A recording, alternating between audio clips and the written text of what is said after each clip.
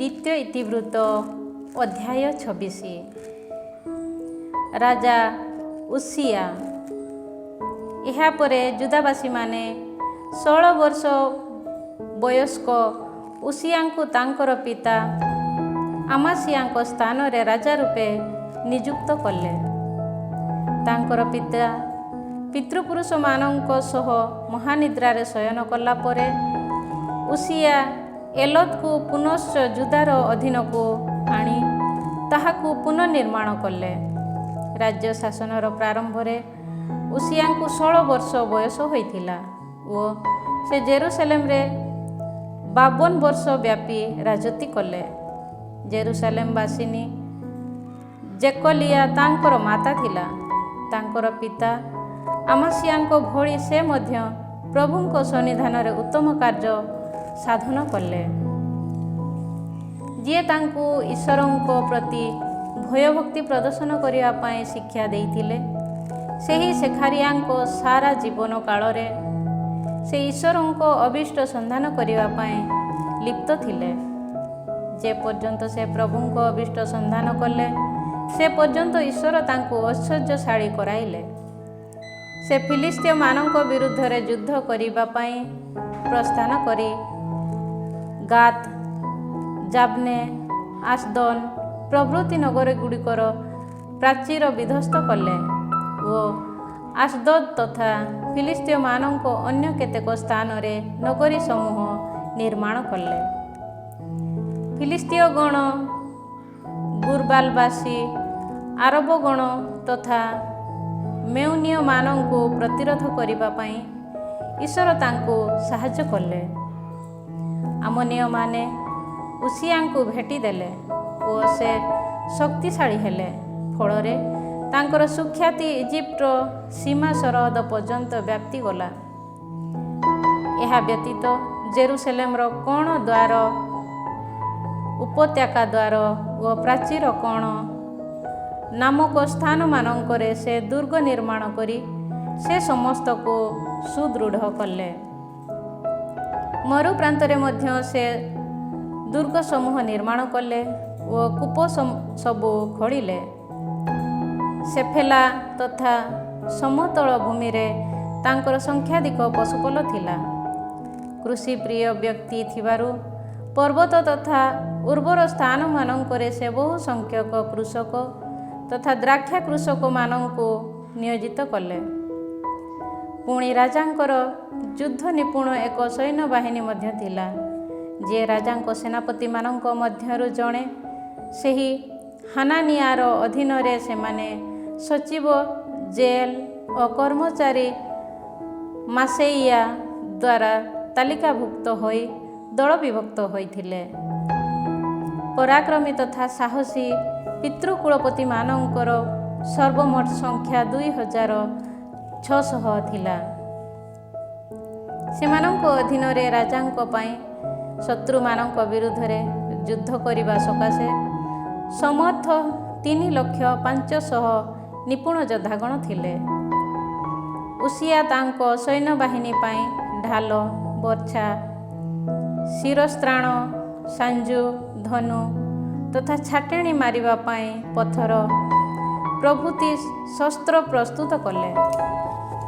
ଶର ତଥା ବିରାଟ ପଥର ନିକ୍ଷେପ କରିବା ପାଇଁ ଦକ୍ଷ ବ୍ୟକ୍ତିମାନଙ୍କ ଦ୍ୱାରା ଆବିଷ୍କୃତ ଯନ୍ତ୍ର ସମୂହ ନିର୍ମାଣ କରି ଜେରୁସାଲେମର ଦୁର୍ଗ ସକଳ ତଥା ପ୍ରାଚୀରର କୋଣ ସ୍ଥାନମାନଙ୍କରେ ସେ ରଖିଲେ। ଆଶ୍ଚର୍ଯ୍ୟ ଭାବେ ସହାୟତା ପ୍ରାପ୍ତ ହୋଇ ସେ ଶକ୍ତିଶାଳୀ ହେଲେ ଓ ତାଙ୍କର ଖ୍ୟାତି ଦୂର ଦୂରାନ୍ତରେ ବ୍ୟାପ୍ତ ହେଲା। ଶକ୍ତିଶାଳୀ ହେବା ହେତୁ ସେ ଅହଙ୍କାରୀ ହେଲେ ଓ ତାହା ତାଙ୍କ ବିନାଶର କାରଣ ହେଲା।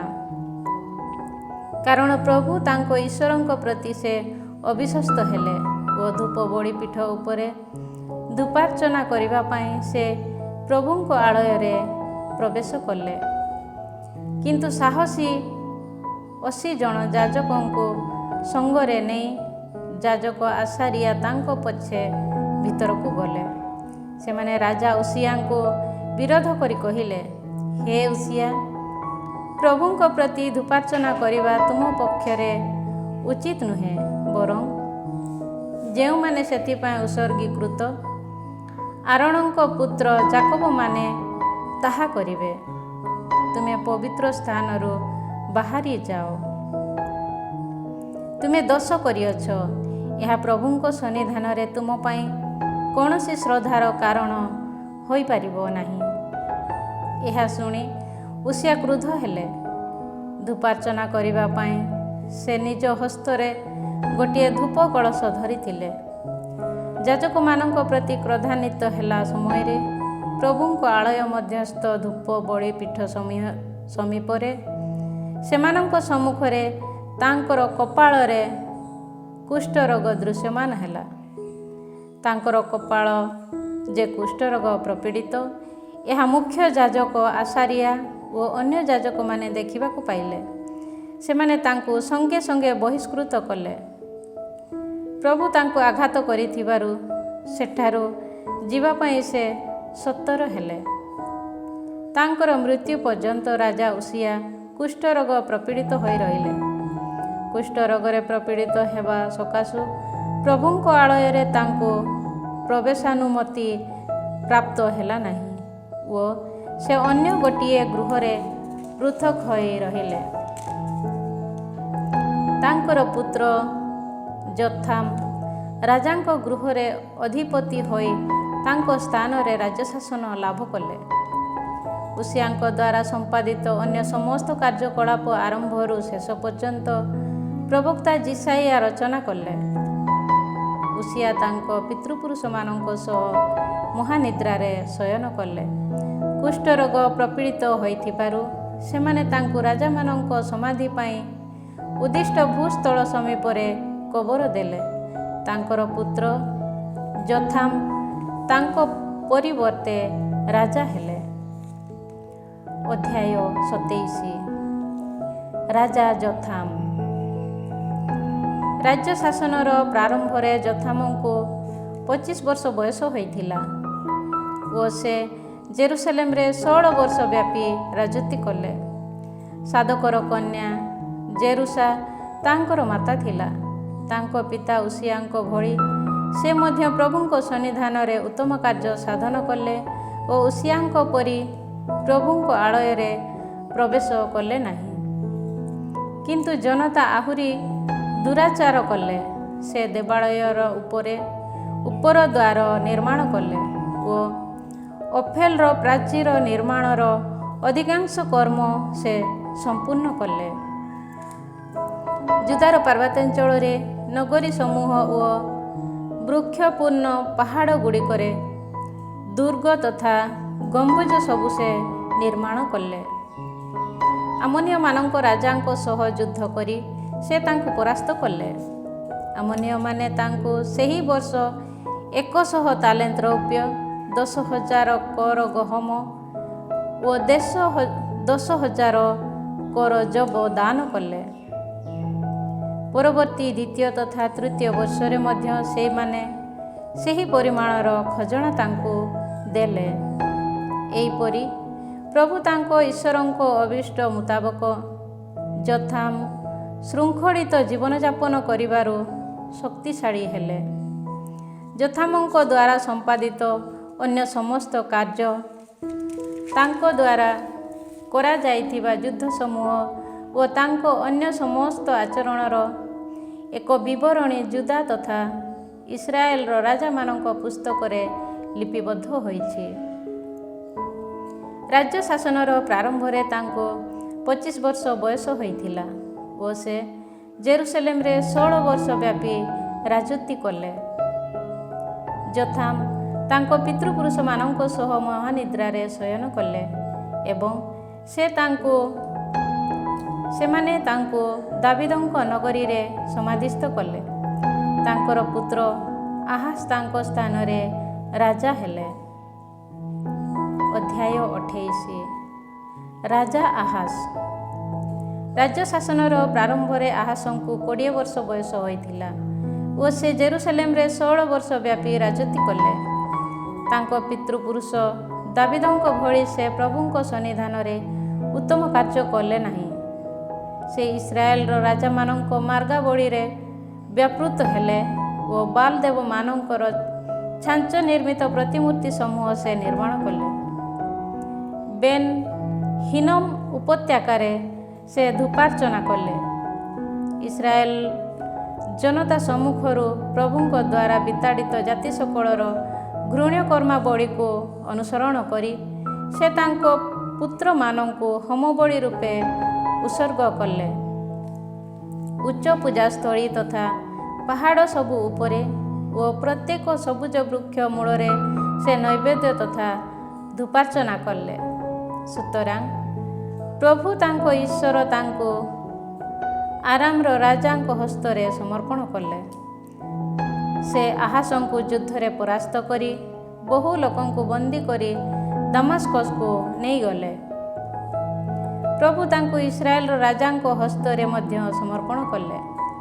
ଆହାସଙ୍କର ସଂଖ୍ୟାଧିକ ସୈନ୍ୟକୁ ଇସ୍ରାଏଲର ରାଜା ପରାଜିତ କରି ବଦ୍ଧ କଲେ। ପ୍ରଭୁ ସେମାନଙ୍କ ପିତୃପୁରୁଷମାନଙ୍କ ଈଶ୍ୱରଙ୍କୁ ଉପେକ୍ଷା କରିଥିବା ଯୋଗୁଁ ରେମାଲିଆର ପୁତ୍ର ପେକା ଜୁଦାର ସୈନ୍ୟ ମଧ୍ୟରୁ 1,20,000 ଯୁଦ୍ଧ ପ୍ରବୀଣ ଲୋକମାନଙ୍କୁ ଏକା ଦିନରେ ହତ୍ୟା କଲେ। ରାଜପୁତ୍ର ମାସେଇଆ ରାଜପ୍ରାସାଦର ଦେବାନ ଆଶ୍ରିକାମ ଓ ରାଜାଙ୍କର ଦ୍ୱିତୀୟ ଶ୍ରେଣୀ କର୍ତ୍ତୃପକ୍ଷ ଏଲକାନାଙ୍କୁ ପରାକ୍ରମୀ ସିକ୍ରି ନାମକ ଜଣେ ଇଫ୍ରାଇମୀୟ ବ୍ୟକ୍ତି ହତ୍ୟା କଲା। ସେମାନଙ୍କର ଭାତୃବୃନ୍ଦ ଯୁଦାବାସୀମାନଙ୍କ ମଧ୍ୟରୁ ନାରୀ ତଥା ପୁତ୍ରକନ୍ୟାମାନଙ୍କ ସମେତ 2,00,000 ବ୍ୟକ୍ତିଙ୍କୁ ଇସ୍ରାଏଲୀୟ ବନ୍ଦୀ କଲେ। ବହୁ ପରିମାଣର ଲୁଣ୍ଠିତ ବସ୍ତୁ ମଧ୍ୟ ଅଧିକାର କରି ସେମାନେ ସାମାରିଆକୁ ନେଇଗଲେ। ସେ ସମୟରେ ଅଦେଦ ନାମକ ପ୍ରଭୁଙ୍କ ଜଣେ ପ୍ରବକ୍ତା ସେଠାରେ ବାସ କରିଥିଲେ। ସାମାରିଆକୁ ଆସିଥିବା ସୈନ୍ୟମାନଙ୍କ ପାଖକୁ ଆସି ସେ କହିଲେ, ଦେଖ, ପ୍ରଭୁ ତୁମ ପିତୃପୁରୁଷମାନଙ୍କର ଈଶ୍ୱର ଯୁଦା ବିରୁଦ୍ଧରେ କୁପିତ ହୋଇ ସେମାନଙ୍କୁ ତୁମ ହସ୍ତରେ ସମର୍ପଣ କରିଛନ୍ତି। କିନ୍ତୁ ତୁମେମାନେ ସେମାନଙ୍କୁ ନିଷ୍ଠୁର ଭାବେ ବଦ୍ଧ କଲ। ଏହି କାର୍ଯ୍ୟ ପ୍ରଭୁଙ୍କ ସନ୍ନିଧାନରେ ଆସି ପହଞ୍ଚିଅଛି। ବର୍ତ୍ତମାନ ଯୁଦା ଓ ଜେରୁସେଲେମବାସୀ ପୁରୁଷ ତଥା ନାରୀମାନଙ୍କୁ ତୁମମାନଙ୍କର ଦାସ କରିବା ପାଇଁ ତୁମେ ବିଚାର କରିଅଛ। ପ୍ରଭୁ ତୁମମାନଙ୍କ ଈଶ୍ୱରଙ୍କ ବିରୁଦ୍ଧରେ ସ୍ୱୟଂ ତୁମେମାନେ କ'ଣ ପାପ କଲ ନାହିଁ? ବର୍ତ୍ତମାନ ମୋର କଥା ଶୁଣ ଏବଂ ତୁମେମାନେ ବନ୍ଦୀ କରି ଆଣିଥିବା ଏହି ତୁମର ଭ୍ରାତାମାନଙ୍କୁ ଫେରି ଯିବାକୁ ଦିଅ, କାରଣ ପ୍ରଭୁଙ୍କ ପ୍ରଚଣ୍ଡ କ୍ରୋଧ ତୁମମାନଙ୍କ ଉପରେ ପତିତ ହେବା ପାଇଁ ପ୍ରସ୍ତୁତ ହୋଇ ରହିଛି। ଯୋହାନାନର ପୁତ୍ର ଆସାରିଆ, ମେସିଲେମଥର ପୁତ୍ର ବେରେଖିଆ, ସାଲୁମର ପୁତ୍ର ଜେହିସକିଆ, ହାଦଲାଲିଆର ପୁତ୍ର ଆମାସା ପ୍ରଭୃତି କେତେକ ଇଫ୍ରାଇମୀୟ ନେତା ଯୁଦ୍ଧ ପରେ ଫେରିଆସିଥିବା ଲୋକମାନଙ୍କୁ ସମ୍ବୋଧନ କରି କହିଲେ, ତୁମେମାନେ ଏହି ବନ୍ଦୀମାନଙ୍କୁ ଏଠାକୁ ଆଣିପାରିବ ନାହିଁ। ଆମେ ବର୍ତ୍ତମାନ ଯେଉଁ ସମସ୍ତ ପାପ ଓ ଅପରାଧ ପାଇଁ ପ୍ରଭୁଙ୍କ ସନ୍ନିଧାନରେ ଦୋଷୀ ସାବ୍ୟସ୍ତ ହୋଇଅଛୁ, ତାହା ବ୍ୟତୀତ ଏହି 10 ଭାର ମଧ୍ୟ ଆମ ଉପରେ ଲଦି ଦେବା ନିମନ୍ତେ ତୁମେମାନେ ମନସ୍ଥ କରୁଅଛ। ଏବେ ସୁଦ୍ଧା ଆମ ପାପ ଖୁବ୍ କଠୋର ଅଟେ ଓ ଇସ୍ରାଏଲ ବିରୁଦ୍ଧରେ ପ୍ରଭୁଙ୍କ କ୍ରୋଧାଗ୍ନି ପ୍ରଜ୍ୱଳିତ ହୋଇଛି। ତେଣୁ ସୈନ୍ୟମାନେ ବନ୍ଦୀ ସମୂହ ଓ ଲୁଣ୍ଠିତ ସମସ୍ତ ବସ୍ତୁକୁ ନେତାଗଣ ତଥା ଜନମଣ୍ଡଳୀ ହସ୍ତରେ ସମର୍ପଣ କଲେ। ସୁତରାଂ ପୂର୍ବୋକ୍ତ ନେତାମାନେ ବନ୍ଦୀମାନଙ୍କର ଦାୟିତ୍ୱ ଗ୍ରହଣ କଲେ ଓ ଲୁଣ୍ଠିତ ପଦାର୍ଥରୁ ଆବଶ୍ୟକୀୟ ବସ୍ତ୍ର ନେଇ ଉଲଗ୍ନ ଥିବା ବ୍ୟକ୍ତିମାନଙ୍କୁ ପରିହିତ କରାଇଲେ। ସେମାନଙ୍କୁ ପରିହିତ କରାଇ ଓ ପାଦୁକା ପିନ୍ଧାଇ ସେମାନେ ଖାଦ୍ୟପାନ ପରିବେଷଣ କଲେ ଓ ତୈଳ ଲେପନ କଲେ। ଏହାପରେ ଦୁର୍ବଳ ବ୍ୟକ୍ତିମାନଙ୍କୁ ଗଧମାନଙ୍କ ଉପରେ ବସାଇ ସେ ସମସ୍ତଙ୍କୁ ଖଜୁରୀ ବୃକ୍ଷ ସମୂହର ନଗରୀ ନାମରେ ପରିଚିତ ଜେରିଖ ଠାରେ ସେମାନଙ୍କ ଆତ୍ମୀୟ ଲୋକମାନଙ୍କ ନିକଟରେ ପହଞ୍ଚାଇଲେ। ଏହାପରେ ସେମାନେ ସାମାରିଆକୁ ଫେରିଗଲେ। ସେହି ଦିନମାନଙ୍କରେ ରାଜା ଆହାଜ ଆସିରିଆର ରାଜାଙ୍କ ସାହାଯ୍ୟ ଭିକ୍ଷା କଲେ, କାରଣ ଏଦୋମୀୟମାନେ ଯୁଦାକୁ ପୁନର୍ବାର ଆକ୍ରମଣ କରି ପରାଜିତ କଲା ପରେ ବହୁ ବନ୍ଦୀମାନଙ୍କୁ ସେମାନଙ୍କ ସଙ୍ଗରେ ନେଇ ଯାଇଥିଲେ। ଫିଲିସ୍ତୀୟମାନେ ମଧ୍ୟ ସେଫେଲା ତଥା ଯୁଦାର ନେଗେବକୁ ଆକ୍ରମଣ କରି ବେତ୍ ସେମେସ୍, ଆଇଜାଲନ, ଗେଦେରତ୍ ପ୍ରଭୃତି ନଗରଗୁଡ଼ିକ ଏବଂ ଶକ, ତିମା, ଗିମ୍ସ ପ୍ରଭୃତି ନଗର ତଥା ସେ ସମସ୍ତର ଚତୁଃପାର୍ଶ୍ୱସ୍ଥ ଗ୍ରାମ ସମୂହକୁ ଅଧିକାର କରି ସେ ସ୍ଥାନମାନଙ୍କରେ ଅବସ୍ଥାନ କଲେ। ଇସ୍ରାଏଲର ରାଜା ଆହାଜ ଯୁଦାରେ ସ୍ୱେଚ୍ଛାଚାର କରି ପ୍ରଭୁଙ୍କ ପ୍ରତି ଅବିଶ୍ୱସ୍ତ ହେବା ଯୋଗୁଁ ପ୍ରଭୁ ଯୁଦାର ଅଧପତନ ଘଟାଇଲେ। ତେଣୁ ଆସିରିଆର ରାଜା ତିଗ୍ଲାତ୍ ପିଲ୍ନେସାର ଆସି ତାଙ୍କର ସହାୟ ହେବା ପରିବର୍ତ୍ତେ ତାଙ୍କୁ ଆକ୍ରମଣ କରି ପୀଡ଼ିତ କଲେ। ଦେବାଳୟ, ରାଜପ୍ରାସାଦ ଓ ଦେଶର ଶାସକମାନଙ୍କୁ ଧନ ସଞ୍ଚୟ କରି ସେ ଆସିରିଆର ରାଜାଙ୍କୁ ଭେଟିଦେଲେ, କିନ୍ତୁ ତାହା ତାଙ୍କର ସହାୟ ହେଲା ନାହିଁ। ତାଙ୍କ ଦୁଃଖ ମଧ୍ୟରେ ଏହି ରାଜା ଆହାଜ ପ୍ରଭୁଙ୍କ ପ୍ରତି ଅଧିକ ଅବିଶ୍ୱସ୍ତ ହେଲେ। ତାଙ୍କୁ ଯୁଦ୍ଧରେ ପରାସ୍ତ କରିଥିବା ଦମାସ୍କସର ଦେବମାନଙ୍କ ଉଦ୍ଦେଶ୍ୟରେ ସେ ନୈବେଦ୍ୟ ଉତ୍ସର୍ଗ କଲେ, କାରଣ ସେ କହିଲେ, ଆରାମୀୟ ରାଜାମାନଙ୍କର ଦେବମାନେ ସେମାନଙ୍କର ସହାୟକ ହୋଇଛନ୍ତି, ସୁତରାଂ ଯେପରି ମୋର ମଧ୍ୟ ସହାୟକ ହୁଅନ୍ତି, ସେଥିପାଇଁ ମୁଁ ସେମାନଙ୍କ ପ୍ରତି ନୈବେଦ୍ୟ ଉତ୍ସର୍ଗ କରିବି। କିନ୍ତୁ ସେମାନେ ତାଙ୍କର ଓ ସମସ୍ତ ଇସ୍ରାଏଲର ବିନାଶର କାରଣ ହେଲେ। ସେ ଦେବାଳୟରେ ବ୍ୟବହୃତ ପାତ୍ରଗୁଡ଼ିକୁ ଏକତ୍ରିତ କରି ଖଣ୍ଡ ବିଖଣ୍ଡ କଲେ ଓ ପ୍ରଭୁଙ୍କ ଆଳୟର ଦ୍ୱାର ସମୂହ ରୁଦ୍ଧ କଲେ। ଜେରୁସାଲେମର ସମସ୍ତ କୋଣରେ ନିଜ ପାଇଁ ସେ ଯାଗପୀଠ ନିର୍ମାଣ କଲେ। ଯୁଦା ମଧ୍ୟବର୍ତ୍ତୀ ନଗରୀଗୁଡ଼ିକରେ ଉଚ୍ଚ ପୂଜାସ୍ଥଳୀ ସମୂହ ନିର୍ମାଣ କରି ପ୍ରଭୁ ତାଙ୍କ ପିତୃପୁରୁଷମାନଙ୍କ ଈଶ୍ୱରଙ୍କୁ ସେ କୁପିତ କଲେ। ତାଙ୍କ ଦ୍ୱାରା ସମ୍ପାଦିତ ଅନ୍ୟ ସମସ୍ତ କାର୍ଯ୍ୟକଳାପ ଓ ତାଙ୍କର ଆଚରଣ ଆଦ୍ୟରୁ ଅନ୍ତ ପର୍ଯ୍ୟନ୍ତ ଯୁଦା ତଥା ଇସ୍ରାଏଲର ରାଜାମାନଙ୍କ ପୁସ୍ତକରେ ଲିପିବଦ୍ଧ ହୋଇଅଛି। ଆହାଜ ତାଙ୍କ ପିତୃପୁରୁଷମାନଙ୍କ ସହ ମହାନିଦ୍ରାରେ ଶୟନ କଲେ ଏବଂ ସେମାନେ ତାଙ୍କୁ ଜେରୁସାଲେମରେ ସମାଧିସ୍ଥ କଲେ। ସେମାନେ ତାଙ୍କୁ ଇସ୍ରାଏଲ ରାଜାମାନଙ୍କ କବରରେ କବର ଦେଲେ ନାହିଁ। ତାଙ୍କର ପୁତ୍ର ହେସେକିଆ ତାଙ୍କ ସ୍ଥାନରେ ରାଜା ହେଲେ। ଅଧ୍ୟାୟ 29। ରାଜା ହେସେକିଆ। ହେସେକିଆ ତାଙ୍କ 25 ବର୍ଷ ବୟସରେ ରାଜ୍ୟ ଶାସନରେ ଦାୟିତ୍ୱ ଗ୍ରହଣ କଲେ ଓ ସେ ଜେରୁସାଲେମରେ 29 ବର୍ଷ ବ୍ୟାପୀ ରାଜୁତି କଲେ। ସେଖାରିଆର କନ୍ୟା ଆବିଜା ତାଙ୍କର ମାତା ଥିଲା।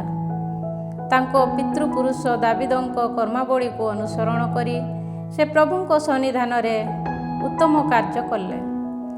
ଦେବାଳୟର ଶୁଦ୍ଧୀକରଣ। ତାଙ୍କର ରାଜତ୍ୱର ପ୍ରଥମ ବର୍ଷର ପ୍ରଥମ ମାସରେ ସେ ପ୍ରଭୁଙ୍କ ଆଳୟର ଦ୍ୱାର ସମୂହକୁ ଖୋଲି ଦେଇ ସେ ସମସ୍ତ ମରାମତି କଲେ। ଯାଜକ ଲେବୀୟମାନଙ୍କୁ ପୂର୍ବ ଦିଗସ୍ଥ ପ୍ରାଙ୍ଗଣରେ ଏକତ୍ରିତ କରି ସେ ସେମାନଙ୍କୁ କହିଲେ, ହେ ଲେବୀୟମାନେ, ଶୁଣ, ନିଜ ନିଜକୁ ଶୁଦ୍ଧପୂତ କର ଓ ପ୍ରଭୁ ତୁମ ପିତୃପୁରୁଷମାନଙ୍କ ଈଶ୍ୱରଙ୍କ ଆଳୟକୁ ପୂତ ପବିତ୍ର କରି ସେହି ପବିତ୍ର ସ୍ଥାନରୁ ସମସ୍ତ କଳୁଷତା ଦୂର କର। ଆମ ପିତାମାନେ ଅବିଶ୍ୱାସୀ ହୋଇଥିଲେ ଓ ସେମାନେ ପ୍ରଭୁ ଆମ ଈଶ୍ୱରଙ୍କ ସନ୍ନିଧାନରେ ମନ୍ଦ କର୍ମ କଲେ। ସେମାନେ ତାହାଙ୍କୁ ପରିତ୍ୟାଗ କରିଛନ୍ତି। ସେମାନେ ପ୍ରଭୁଙ୍କ ବାସସ୍ଥାନରୁ ବିମୁଖ ହୋଇ ତାହା ପ୍ରତି ସେମାନଙ୍କର ପୃଷ୍ଠ ବୁଲାଇଅଛନ୍ତି। ସେମାନେ ମଣ୍ଡପର ଦ୍ୱାର ସବୁ ରୁଦ୍ଧ କଲେ ଓ ପ୍ରଦୀପ ଗୁଡ଼ିକୁ ଲିଭାଇ ଦେଲେ। ସେମାନେ ଇସ୍ରାଏଲର ଈଶ୍ୱରଙ୍କ ଉଦ୍ଦେଶ୍ୟରେ ପବିତ୍ର ସ୍ଥାନରେ ଧୂପାର୍ଚ୍ଚନା କଲେ ନାହିଁ କିମ୍ବା ହୋମ ବଳି ଉତ୍ସର୍ଗ କଲେ ନାହିଁ। ଫଳରେ ଜୁଦା ଓ ଜେରୁସଲେମ ଉପରେ ପ୍ରଭୁଙ୍କର କ୍ରୋଧାଗ୍ନି ପତିତ ହେଲା ଓ ତୁମେମାନେ ନିଜ ଚକ୍ଷୁରେ ଦେଖିପାରିଥିବା ଭଳି ସେ ସେମାନଙ୍କୁ ଭୟ, ଧମକ ତଥା ଉପହାସର ପାତ୍ର କରିଅଛନ୍ତି। ଫଳରେ ଆମ ପିତାମାନେ ଖଡ୍ଗ ଦ୍ୱାରା ନିହତ ହେଲେ ଓ ଆମ ପୁତ୍ର କନ୍ୟା ତଥା ପତ୍ନୀଗଣ ବନ୍ଦୀ ହେଲେ। ବର୍ତ୍ତମାନ ତାଙ୍କର ପ୍ରଚଣ୍ଡ କ୍ରୋଧ ଯେପରି ଆମ ଉପରୁ ଦୂରେଇ ଯାଏ, ସେଥିପାଇଁ ପ୍ରଭୁ ଇସ୍ରାଏଲର ଈଶ୍ୱରଙ୍କ ସହ ଏକ ବ୍ୟବସ୍ଥା ବିଧାନ ସ୍ଥାପନ କରିବା ପାଇଁ ମୁଁ ଅଭିଳାଷୀ ହୋଇଛି। ହେ ବତ୍ସଗଣ, ବର୍ତ୍ତମାନ ତୁମେମାନେ ଅବହେଳାକାରୀ ହୁଅ ନାହିଁ, କାରଣ ପ୍ରଭୁଙ୍କ ସନ୍ନିଧାନରେ ଦଣ୍ଡାୟମାନ ହେବା, ତାହାଙ୍କର ସେବା କରିବା ଏବଂ ତାହାଙ୍କର ସେବକ ହୋଇ ତାହାଙ୍କ ଉଦ୍ଦେଶ୍ୟରେ ଧୂପାର୍ଚ୍ଚନା କରିବା ପାଇଁ ସେ ତୁମମାନଙ୍କୁ ମନୋନୀତ କରିଅଛନ୍ତି। ସେ ସମୟରେ କୋହାତୀୟମାନଙ୍କ ମଧ୍ୟରୁ ଆମାସାଇର ପୁତ୍ର ମାହାତ, ଆସାରିୟାର ପୁତ୍ର ଜୋଏଲ, ମେରାରୀୟମାନଙ୍କ ମଧ୍ୟରୁ ଆବ୍ଦୋରିର ପୁତ୍ର କିସ୍, ଜେହାଲେଲର ପୁତ୍ର ଆସାରିୟା, ଗେର୍ଶୋନୀୟମାନଙ୍କ ମଧ୍ୟରୁ ସୀମାର ପୁତ୍ର ଜୋଆ, ଜୋଆର ପୁତ୍ର ଏଦେନ, ଏଲିସାଫାନ ବଂଶଜ ସିମ୍ରି ଓ ଜେଉଏଲ, ଆସାଫ ବଂଶଜ ସେଖାରିୟା ଓ ମାତାନିଆ, ହେମାନ ବଂଶଜ ଜେହୁଏଲ ଓ ସିମେଇ, ଜେଦୁଥୁନ ବଂଶ ସେମାଇୟା ଓ ଉସିଏଲ ପ୍ରଭୃତି ଲେବୀୟମାନେ ଆଗେଇ ଆସିଲେ। ସେମାନେ ନିଜ ଭ୍ରାତାମାନଙ୍କୁ ଏକତ୍ରିତ କଲେ ଓ ନିଜ ନିଜକୁ ଶୁଦ୍ଧପୂତ କଲା ପରେ ପ୍ରଭୁଙ୍କ ଦ୍ୱାରା କଥିତ ବଚନ ମୁତାବକ ଓ ରାଜାଙ୍କ ଆଦେଶ ଅନୁଯାୟୀ ପ୍ରଭୁଙ୍କ ଆଳୟକୁ ପୂତ ପବିତ୍ର କରିବା ନିମନ୍ତେ ଆଳୟରେ ପ୍ରବେଶ କଲେ। ପ୍ରଭୁଙ୍କ ଆଳୟର ଭିତର ଭାଗକୁ ପୂତ ପବିତ୍ର କରିବା ପାଇଁ ଯାଜକମାନେ ସେଠାରେ ପ୍ରବେଶ କରି ସେମାନଙ୍କ ଦ୍ୱାରା ଦୃଷ୍ଟ ସମସ୍ତ କଳୁଷିତ ବସ୍ତୁକୁ ପ୍ରଭୁଙ୍କ ଆଳୟର ପ୍ରାଙ୍ଗଣକୁ ନେଇ ଆସିଲେ। ଲେବୀୟମାନେ ସେ ସମସ୍ତ ବହନ କରି କିଦ୍ରୋନ ଜଳସ୍ରୋତ ସମୀପକୁ ଘେନିଗଲେ। ସେମାନେ ପ୍ରଥମ ମାସର ପ୍ରଥମ ଦିବସରେ ଶୁଦ୍ଧିକରଣ କ୍ରିୟା ଆରମ୍ଭ କଲେ। ଅଷ୍ଟମ ଦିବସରେ ଦେବାଳୟର ମଣ୍ଡପକୁ ସେମାନେ ଆସିଲେ। ଏହାପରେ ସେମାନେ 8 ଦିନ ଧରି ପ୍ରଭୁଙ୍କ ଆଳୟକୁ ଶୁଦ୍ଧପୂତ କଲେ ଓ ପ୍ରଥମ ମାସର ଷୋଡ଼ଶ ଦିବସରେ ସେମାନେ ଶୁଦ୍ଧିକରଣ ପ୍ରକ୍ରିୟା ପରିସମାପ୍ତ କଲେ। ଏହାପରେ ସେମାନେ ରାଜା ଜେହେକିୟାଙ୍କ ନିକଟକୁ ଆସି କହିଲେ, ଆମେମାନେ ପ୍ରଭୁଙ୍କ ଆଳୟ, ହୋମବଳି ଓ ସେଠାରେ ଉପଯୋଗୀ ଉପକରଣ ସବୁ, ଦିବ୍ୟ ସାନ୍ନିଧ୍ୟ ପ୍ରତୀକ ରୁଟିର ମେଜ ଓ ସେଠାରେ ବ୍ୟବହୃତ ଉପକରଣ ପ୍ରଭୃତି ସବୁକିଛି ଶୁଦ୍ଧପୂତ କରିଅଛୁ। ରାଜା ଆହାଜ ପ୍ରଭୁଙ୍କ ପ୍ରତି ଅବିଶ୍ୱସ୍ତ ହୋଇ ରାଜୁତି କରିଥିବା ସମୟରେ ତାଙ୍କ ଦ୍ୱାରା ପରିତ୍ୟକ୍ତ ହୋଇ ରହିଥିବା ଉପକରଣ ଗୁଡ଼ିକୁ ପୂତ ପବିତ୍ର କରି ଆମେ ପ୍ରସ୍ତୁତ କଲୁ ଓ ସେ ସମସ୍ତକୁ ପ୍ରଭୁଙ୍କ ବଳିପୀଠ ସମ୍ମୁଖରେ ଉପସ୍ଥାପନ କଲୁ।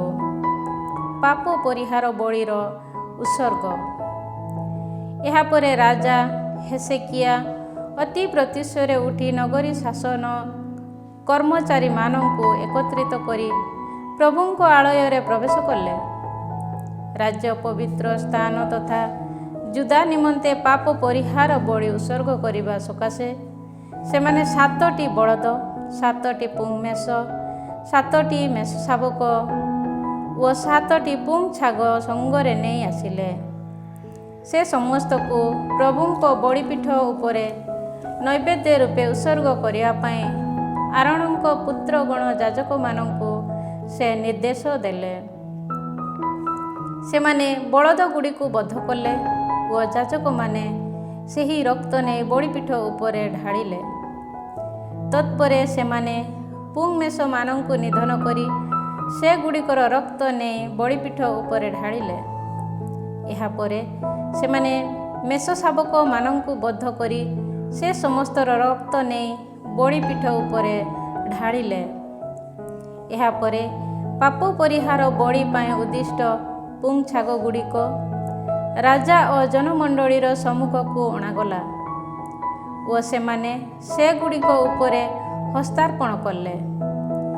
ଯାଜକମାନେ ସେଗୁଡ଼ିକୁ ନିଧନ କରି ସେଗୁଡ଼ିକର ରକ୍ତ ନେଇ ଇସ୍ରାଏଲୀୟ ଜନତାର ପାପ ପରିହାର ପାଇଁ ବଳିପୀଠ ଉପରେ ପାପ ପରିହାର ବଳି ରୂପେ ଉତ୍ସର୍ଗ କଲେ।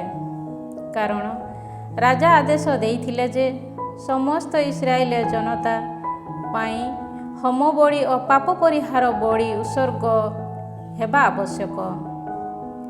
ରାଜା ଦାବିଦ ରାଜାଙ୍କ ଦୂରଦର୍ଶୀ ଗାଦ ଓ ପ୍ରବକ୍ତା ନାଥାନଙ୍କ ଦ୍ୱାରା ପ୍ରଦତ୍ତ ନିର୍ଦ୍ଦେଶ ଅନୁଯାୟୀ ମନ୍ଦିରା, ବୀଣା, ସାରଙ୍ଗ ପ୍ରଭୃତି ବାଦ୍ୟଯନ୍ତ୍ରର ବାଦକ ଲେବୀୟମାନଙ୍କୁ ପ୍ରଭୁଙ୍କ ଆଳୟରେ ସେବା କରିବା ପାଇଁ ହେସେକିଆ ନିୟୋଜିତ କଲେ। କାରଣ ପ୍ରଭୁ ତାହାଙ୍କ ପ୍ରବକ୍ତାମାନଙ୍କ ଦ୍ୱାରା ଏହି ଆଦେଶ ଦେଇଥିଲେ। ଦାବିଦଙ୍କ ବାଦ୍ୟୋପକରଣ ସବୁ ଧରି ଲେବୀୟମାନେ ଓ ଭେରୀ ସମୂହ ଧରି ଯାଜକମାନେ ଦଣ୍ଡାୟମାନ ହେଲେ। ସେ ସମୟରେ ବଳିପୀଠ ଉପରେ ହୋମ ବଳି ଉତ୍ସର୍ଗ କରିବା ପାଇଁ ହେସେକିଆ ଆଦେଶ ଦେଲେ। ହୋମ ବଳିର ଉତ୍ସର୍ଗ ଆରମ୍ଭ ହେବା ବେଳେ ଇସ୍ରାଏଲର ରାଜା ଦାବିଦଙ୍କ ଦ୍ୱାରା ନିର୍ମିତ ଉପକରଣାଦି ସହ ପ୍ରଭୁଙ୍କ ଉଦ୍ଦେଶ୍ୟରେ ସ୍ତୁତି ଗାନ ମଧ୍ୟ ଆରମ୍ଭ ହେଲା। ସମସ୍ତ ଜନମଣ୍ଡଳୀ ଆରାଧନା କଲେ, ଗାୟକମାନେ ଗାନ କଲେ ଓ ଭେରୀ ବାଦକମାନେ ଭେରୀ ବଜାଇଲେ। ହୋମ ବଳି ଉତ୍ସର୍ଗର ପରିସମାପ୍ତି ପର୍ଯ୍ୟନ୍ତ ସେମାନେ ସେପରି କଲେ।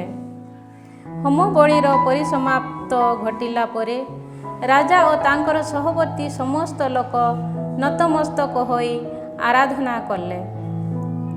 ଦାବିଦ ଓ ଦୂରଦର୍ଶୀ ଆସାଫ ରଚିତ ବାକ୍ୟ ଉପଯୋଗ କରି ପ୍ରଭୁଙ୍କ ଉଦ୍ଦେଶ୍ୟରେ ସ୍ତୋତ୍ର ଗାନ କରିବା ପାଇଁ ରାଜା ହେସେକିଆ ଓ ଶାସକଗଣ ଲେବୀୟମାନଙ୍କୁ ନିର୍ଦ୍ଦେଶ ଦେଲେ। ସେମାନେ ସାନନ୍ଦରେ ସ୍ତୁତି ଗାନ କଲେ ଓ ପ୍ରଣିପାତ ପୂର୍ବକ ଆରାଧନା କଲେ। ହେସେକିଆ କହିଲେ, ତୁମେମାନେ ପ୍ରଭୁଙ୍କ ଉଦ୍ଦେଶ୍ୟରେ ନିଜ ନିଜକୁ ଶୁଦ୍ଧପୂତ କରିଅଛ, ସୁତରାଂ ସନ୍ନିକଟ ହୁଅ ଓ ପ୍ରଭୁଙ୍କ ଆଳୟକୁ ନୈବେଦ୍ୟ ତଥା କୃତଜ୍ଞତାତ୍ମକ ଉପହାର ସବୁକୁ ନେଇ ଆସ। ତହୁଁ ଜନମଣ୍ଡଳୀ ନୈବେଦ୍ୟ ତଥା କୃତଜ୍ଞତାତ୍ମକ ଉପହାର ସବୁକୁ ଘେନି ଆସିଲେ। ସେମାନେ ନିଜ ଇଚ୍ଛା ଅନୁଯାୟୀ ହୋମ ବଳି ବସ୍ତୁ ମଧ୍ୟ ଆଣିଲେ। ହୋମ ବଳି ଉତ୍ସର୍ଗ କରିବା ପାଇଁ ଜନମଣ୍ଡଳୀ 70ଟି ବଳଦ, 100 ପୁଂମେଷ ଓ 200 ମେଷ ଶାବକ ଆଣିଲେ। ଏ ସମସ୍ତ ପ୍ରଭୁଙ୍କ ଉଦ୍ଦେଶ୍ୟରେ ହୋମ ବଳି ପାଇଁ ଉଦ୍ଦିଷ୍ଟ ଥିଲା। ଏତଦ୍‌ବ୍ୟତୀତ ଉପହାର ସଦୃଶ 600 ବଳଦ ଓ 3000 ମେଷ ମଧ୍ୟ ଅର୍ପିତ ହେଲେ। ହୋମ ବଳି ପାଇଁ ଉଦ୍ଦିଷ୍ଟ ପଶୁମାନଙ୍କ ଚର୍ମ ଉତାରିବା ପାଇଁ ଯାଜକମାନେ ଯଥେଷ୍ଟ ସଂଖ୍ୟକ ନଥିଲେ। ସୁତରାଂ ଅନ୍ୟ ଯାଜକମାନେ ନିଜ ନିଜକୁ ପୂତ ପବିତ୍ର କରି ଆସିବା ପର୍ଯ୍ୟନ୍ତ ସେମାନଙ୍କର ଭ୍ରାତା ଲେବୀମାନେ ସେମାନଙ୍କୁ ସାହାଯ୍ୟ କଲେ। କାରଣ ନିଜ ନିଜକୁ ପୂତ ପବିତ୍ର କରିବା କର୍ମରେ ଲେବୀୟମାନେ ଯାଜକମାନଙ୍କ ଅପେକ୍ଷା ଅଧିକ ଉତ୍ସାହୀ ଥିଲେ।